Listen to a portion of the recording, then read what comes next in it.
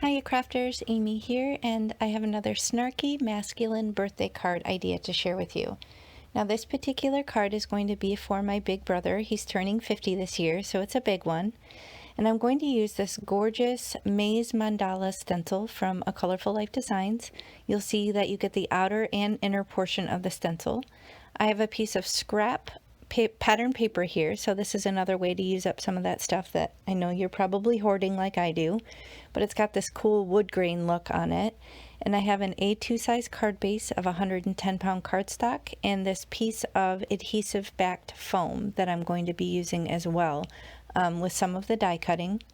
I have this die set from Altenew. This is the bold numbers or numerals die, and I'm going to use the 5 and the 0 from that in my design. And I have some Carnival ink pads from Catherine Pooler, and that's what I'm going to use for the ink blending with my blending brushes. Now you can see it's kind of sticking on its own. That's because it has some residual pixie spray on it, and I'm just going to use my brayer to really push this stencil down onto the card base. And I am doing the ink blending directly on the actual card base. So you could layer this up if you wanted, but you know me, I like to keep it simple. So I'm just figuring out my layout, making sure that those numbers are going to work before I press it down. And you'll see here, I'm just going to pick a couple colors that I feel will go with that pattern paper. So I picked the Mardi Gras because I felt like that was pretty close to the foam that I'm going to use, and I know it would work well with the blue and then that bright orange for a nice colorful card. Now here's a few photos of the card finished. It's got some nice snark on the outside and inside, and I think my brother will appreciate it and get a little chuckle. But here's a close-up. So I'm basically just going to use my blending brushes and start ink blending on this, and you'll see quickly as it's moving that I did not have enough pixie spray on it. So I was hoping that the residual would be enough, but I ended up taking it off and bringing it off screen and spraying it some more with some pixie spray and then just lining it back up. So once I got that back on there and brayered down, it was fine and it stayed right in place. So just make sure with a delicate stencil like this that you have a good amount of pixie spray on there just to really save yourself the trouble and keep that adhered right to the card base. So I'm just kind of moving the magnets around and laying down some color in various spots. I'm kind of just putting the green down in areas and then blending the blue into it. I don't really mind that it kind of goes into that center opening on the maze. I know that that's mainly going to be covered with the number die cuts that I put on there, but it honestly, it was such a pretty blend, it didn't really matter if it kind of filled that additional space in the center. So I'm just going to carefully peel back this stencil and look at that detail, guys. I can't get over it. Every single time I use this stencil, I'm always amazed by the amount of detail. Now I cleaned it off and went to put it away, and then I realized, I want to add a little something on the inside.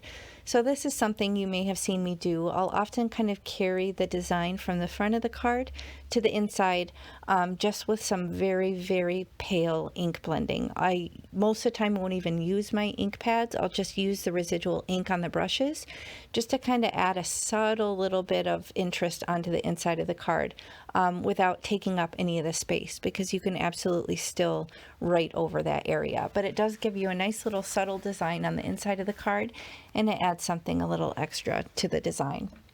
So now I'm going to take the numeral dies and I'm going to die cut them out both in the pattern paper and in the foam. So the reason I'm doing this is because I'm going to pop it up with some nice even dimension, and I'm basically going to create glorified stickers with these die cuts. So I'm just using some low tack tape here, and I'm going to run it through off screen on my die cutting machine, and then I will attach these two pieces together here. So I'm just going to poke those out, and then same thing, I don't want to waste this foam, so I'm just kind of squeezing it in these little extra nooks and crannies on this little sheet. Now I use the tape to pull out that little center bit, so if you don't have a pokey tool, you can use your tape to kind of pull out the little bits that are stuck in your die. But this is a fun way to, first of all, avoid having to use fiddly bits of foam tape, and it'll give you not only a really pretty color that you can see from the side, or right on the front if you offset it like I do. But it also gives you nice even dimension, which is great for shipping. So then you won't get any little, you know, creases or saggy bits and things like that when it gets shipped. It'll be much more sturdy. So you can see here I'm kind of deliberately offsetting it because I want that green foam to show a little bit, almost like a shadow. So this is an optional step, but I feel like it really gives it a little something extra and unexpected. Then I'm just going to put a acrylic block on top of it just to kind of hold it down while that glue sets. And then I will have the adhesive back on the foam just to kind of attach that to the card in a moment. So here I have some thin strips of foam tape that I get from Amazon, and they work perfectly behind these simple strips from Tailored Expressions. I have one for the front of the card and one for the inside. And the one for the front I did use the foam tape or the foam strip on just so that will be popped up with a little bit of dimension, and it's pretty flush with the numbers as well. So both the 50 and that sentiment strip will have dimension, but otherwise the rest of it is flat.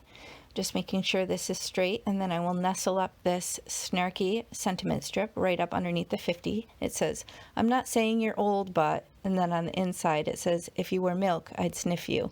So definitely not the sort of snarky sentiment for someone that's a little sensitive about their age, but my brother will be a good sport about it, and he would expect nothing less from me. So I'm just going to liquid glue that onto the inside of the card here, right in the center towards the top.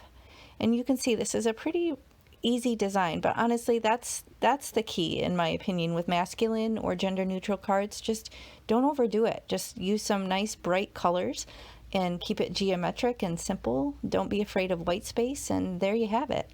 So here I'm using the corner chomper just to add a little bit of visual interest in the opposite corners, just to give it a little flair, if you will. But that's about it.